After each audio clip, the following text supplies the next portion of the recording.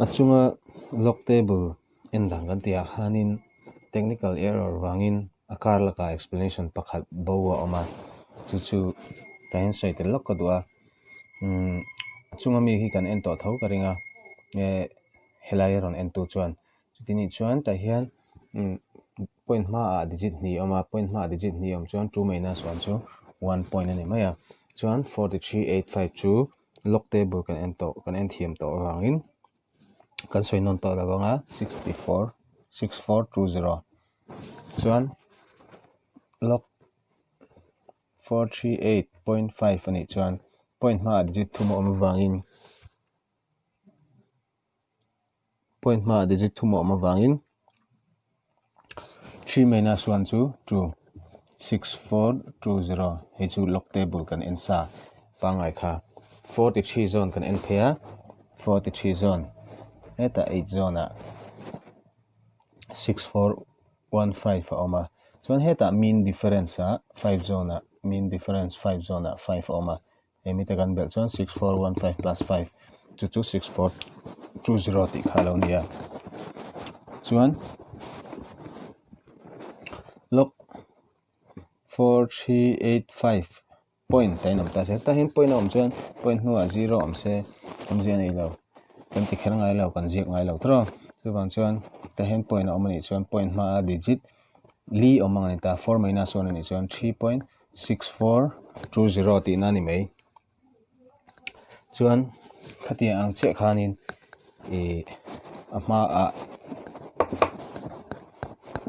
kimi video log table endan rule true a ta hian hemi pumpu hi m kha ni ta m kha ta hi chuan less than 1 ai te ni chan chu 0.04385 hi 1 ai te tro 1 ai te chuan a characteristic chu bar ni ang negative ni ang chu a value tur chu digit point le non zero digit in kara 0 om zat plus 1 0 in zai om voi khata om tro plus 1 chu true bar ani ang chuan 43 zone kan ena mang che khana chunga kan enang khan 43 zone a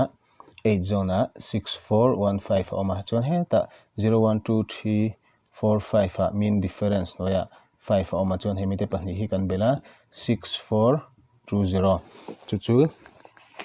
log table in chuan log table in chuan heta hian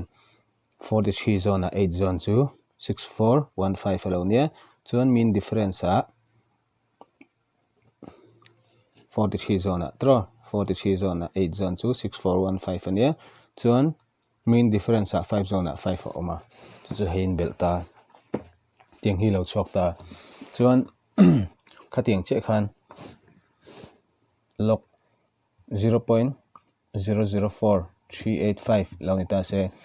point le non zero digit in kara non zero digit masaber chu 4 tro point le non zero digit in kara hianin 0 pani om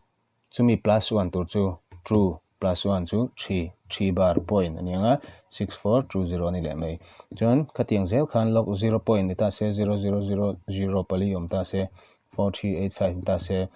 point le non zero digit first non zero digit in kara 0 khat ni thumli pali om plus 1 5 bar 6420 ni mai 5.6420 hi om zia chu tiang hi hemi hi om zia chu minus 2 plus 0.6420 tina hi chu in jong thiam mai tur ani ta hin om zia chu minus 3 plus 0.6420 tina chu in jong thiam ang tiang zel khan ta po minus 5 plus 0.6420 tina ni mai chu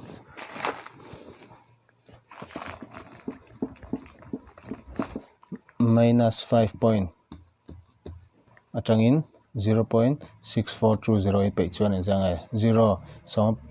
som pahni pe pariat pakwa pali pe panga pakwa paruk pe pathum chuan hetami kan la to minus 4 chu minus 5 plus 0.6420 chu minus 4.3580 khatiang zel khan hi log amasa zoka khan log m hi greater than or equal to 1 ni hian video pakhata kan soi to m hi less than 1 ni in tuna hetiang hi ani vele ni